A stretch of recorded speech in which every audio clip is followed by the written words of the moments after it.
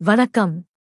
பசியால் வாடும் ஒரு மனிதருக்கு உணவு அளிப்பது இறைவனுக்கு செய்யும் மிகப்பெரிய சேவையாக கருதப்படுகிறது.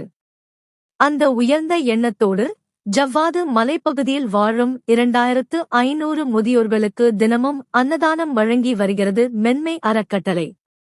இன்று மே 28, 2026 அன்று நடைபெற்ற இந்த அன்னதான சேவை அலங்காயம் ரங்கா மெடிக்கல்ஸ் அவர்களின் அன்பான ஆதரவுடன் அவர்களின் தாயார் லட்சுமி அம்மா அவர்களின் நினைவாக வழங்கப்படுகிறது.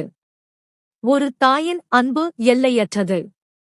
அவர் வாழ்ந்த காலத்தில் செய்த நன்மைகள் போலவே இன்று அவரது நினைவாக வழங்கப்படும் இந்த அன்னதானமும் ஆயிரக்கணக்கான மக்களின் இதயங்களை தொட்டுச் செல்கிறது.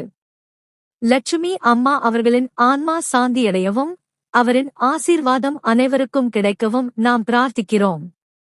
பசி என்பது ஒரு வேதனை. அந்த வேதனையை போக்குவதற்காக இன்று வழங்கப்படும் இந்த உணவு வெறும் உணவாக இல்லாமல் அன்பின் அடையாளமாகவும் மனிதநேயத்தின் சின்னமாகவும் விளங்குகிறது.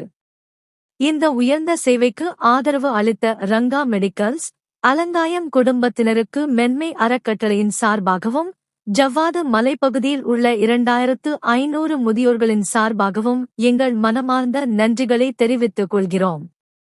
உங்கள் அன்பும் கருணையும் சமூகத்தின் மீது கொண்ட அக்கறையும் இன்னும் பலரின் வாழ்க்கையில் ஒளியை ஏற்றட்டும். உங்கள் குடும்பம் ஆரோக்கியம், செழிப்பு மற்றும் மகிழ்ச்சியுடன் என்றும் வாழ இறைவனை வேண்டுகிறோம். அன்பான நண்பர்களே, உங்கள் சிறிய உதவி கூட ஒருவரின் பசியை போக்க முடியும். உங்கள் ஆதரவு தொடர்ந்து கிடைத்தால் இன்னும் பல பசியான வயிறுகளை நிறைவாக உணவளிக்க முடியும். அன்னதானம் எல்லா தானங்களிலும் சிறந்தது என்று நம் முன்னோர்கள் கூறியுள்ளனர்.